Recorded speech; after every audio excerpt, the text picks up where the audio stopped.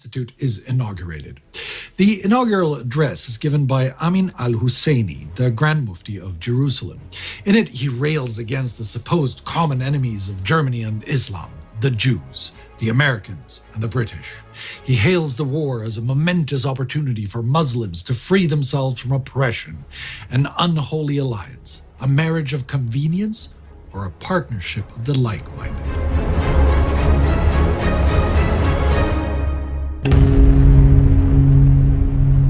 I'm Spartacus Olson. Welcome to a World War II in Real-Time Bio Special. Today looking at Grand Mufti Amin al-Husseini and the relationship between his version of Islam and Nazism. The Führer's and the Nazis' racism is not just anti-Semitic. They are also no fans of organized religion. Sure, he tolerates the Catholic and Protestant churches for political reasons, but he regards both as a threat to Nazi control of society. One would assume that makes Amin al-Husseini, a religious leader of the Islamic faith, an unlikely ally. But perhaps it is here, as they say, that the enemy of my enemy is my friend. And if we look at the Mufti's journey from Jerusalem to Berlin, it does look that way. In May 1921, the British authorities in Mandatory Palestine appoint him Grand Mufti of Jerusalem.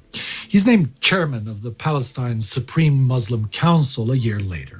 These roles give him control over the mandate's Sharia courts, religious funding, and endowments, and over some of the holiest sites in Islam. It grants him great influence over the Muslim community in Palestine, and he soon emerges as a figurehead for Muslims across the globe. In hindsight, it might look strange that the British choose him specifically, but in 1921, he is thought of as a moderate. Yes, he's an Arab nationalist who served as a recruiter for the Arab revolt against the Ottomans in 1916, but he's also been willing to work with the imperial authorities. Before the revolt, he had served in the Ottoman army before switching allegiance to the British. Moreover, he hails from a wealthy and influential family benefiting from colonial rule, and it is hoped that he will maintain the imperial status quo. But these are volatile times in the Middle East. After the Great War, the British promised Emir Faisal, one of the emerging leaders of a pan-Arabic federation, that they would get their own country. Arabism, the idea of a united ethnic Arab nation, had emerged at the end of the 19th century. It was one of the driving factors that enabled the British to unite the Arab tribes against Ottoman rule. In parallel, Zionism, the idea of an ethnic Jewish state, was arising. After centuries of persecution in Europe, where most Jews now lived, the Zionists sought a national haven for their people. Among a variety of proposals, most eventually concentrated on Palestine, the birthplace of Judaism and still home to a 5% Jewish minority. While many Arab leaders opposed the idea, the Balfour Declaration of 1917 was issued by the British, offering a Jewish state within what would become the British Mandate in Palestine. With these British promises in 1919, Faisal met with Chaim Weizmann, the Zionist leader who had negotiated the Balfour Declaration, and made an agreement that guaranteed a Jewish state within a new Arabic federation, with Faisal demanding that the Jewish state would stay within the area of the Arab independence and be conditioned on such independence. Although the Zionists submit the agreement to the Paris Peace Conference without Faisal's conditions, Faisal manages to forge an agreement with the other Arab leaders, and it looks like both the Arab Federation and the Jewish state might become reality. But it's an illusion. The British, under pressure by the French and their interests in the Middle East, renege on their promises to both Faisal and to Weizmann. And the whole thing comes apart around the same time as al-Husseini is appointed Grand Mufti. In the conflict that ensues, the French and British use rule by division by promising various Arab factions different levels of independence, pitting them against each other, and creating an environment where ethnic changes, including Jewish immigration, becomes a greater and greater perceived threat to the status quo. It also works with al-Husseini, who plays along with British rule but begins to agitate heavily against Jewish immigration to Palestine. In 1928, his Supreme Muslim Council spreads rumors of a Zionist plot to destroy the Muslim holy sites on Temple Mount. These lead to violent clashes a year later, with 113 Jews and 116 Arabs killed in August 1929. In December 1931, he organizes a World Islamic Congress in Jerusalem, calling for a boycott on trade with Jews and declaring Zionism an aggression detrimental to Muslim well-being.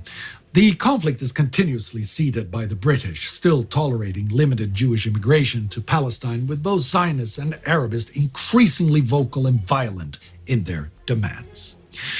With the British, as always, unwilling to commit fully to one side, the Muhfti sends out feelers to Hitler instead.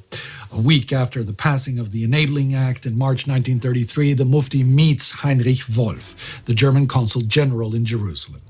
Wolf's record of the meeting is as follows. The Muhfti made detailed statements to me today to the effect that Muslims inside and outside of Palestine salute the new regime in Germany and hope for the spread of fascist and anti-democratic leadership to other countries. A month later, at a second meeting near the Dead Sea, the Muhfti and Palestinian sheikhs express approval of the anti-Jewish measures enacted in Germany. Still, at this point, the relationship is limited to mutual rhetorical support. Al-Husseini despises the Jews, but would still rather see a political than military solution. In 1933, he refuses a request by Muhammad al-Qassam, a Syrian preacher and Arab nationalist, to join a jihad against the Jews and British. On the other side, Nazi Germany has little desire to be seen meddling in Middle Eastern politics. They are now solving their Jewish question by encouraging Jewish immigration to Palestine. Upsetting the British would jeopardize this.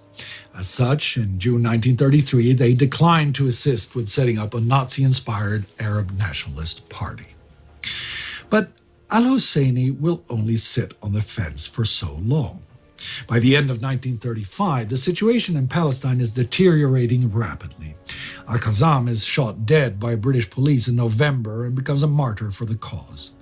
The next year, on April 19th, a general strike is called. Husseini initially dithers, but on the 25th, he takes leadership of the newly formed Arab Higher Committee, which leads the protests and calls for an end to Jewish immigration. This Arab revolt quickly descends into Muslim versus Jewish violence. The British outlaw the Higher Committee and issue a warrant for al-Husseini's arrest in July.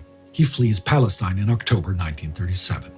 Husseini finds refuge in Syria and Lebanon under French mandate. Under pressure from French authorities, he flees to Iraq in October 1939. It's here that he once again crosses into the Axis orbit. Iraq is an independent monarchy headed by a pro-British regent, but many government ministers and army officers are pro-German, and the country has become a haven for exiled nationalist leaders. Al-Husseini soon falls in with a group of army officers under Rashid Ali al-Gailani, who are planning a coup. In preparation, al-Husseini sends his private secretary to Berlin in January 1941 with a letter to Hitler. He stresses the role that a pro-German Iraq could play in disrupting British communications and in supplying oil to the Reich. With German troops fighting in North Africa, Hitler is interested. He responds on April 3rd that he recognizes and supports Arab independence and that if Arabs were to fight the British, he would provide military assistance. The coup breaks out on April 1st. With Hitler's attention on the upcoming invasion of the Soviet Union, he sends little more than a token contribution from the Luftwaffe, along with some shipments of ammunition. The plotters are initially successful. Rashid Ali installs himself as prime minister, but they are decisively defeated by the British and Transjordanian forces in May. In the aftermath, al-Husseini flees Iraq. He makes his way through Iran, Turkey, and Italy and arrives in Berlin on November 6th. On the 28th, he is invited to meet Hitler. The two men establish their common enemies, the British, the Jews, and the Bolsheviks. Husseini assures Hitler that Arabs are ready to cooperate with Germany with all their hearts. Hitler, however, refuses to give a written commitment guaranteeing future Arab, particularly Palestinian, independence. Hitler states that it's too early for these considerations, but that once Germany has destroyed Judeo-Bolshevism in Europe, the Reich's objectives will be to destroy the Jewish element in the Arab world. Far more interesting to Hitler and the Nazis than any notion of Arab independence is Husseini's potential as an anti-British propagandist. The Germans have already been targeting the Muslim world with propaganda since 1939. In that year, an Arabic-language radio station was established in Zeesen, a small town southwest of Berlin, which boasts one of the most powerful shortwave radio transmitters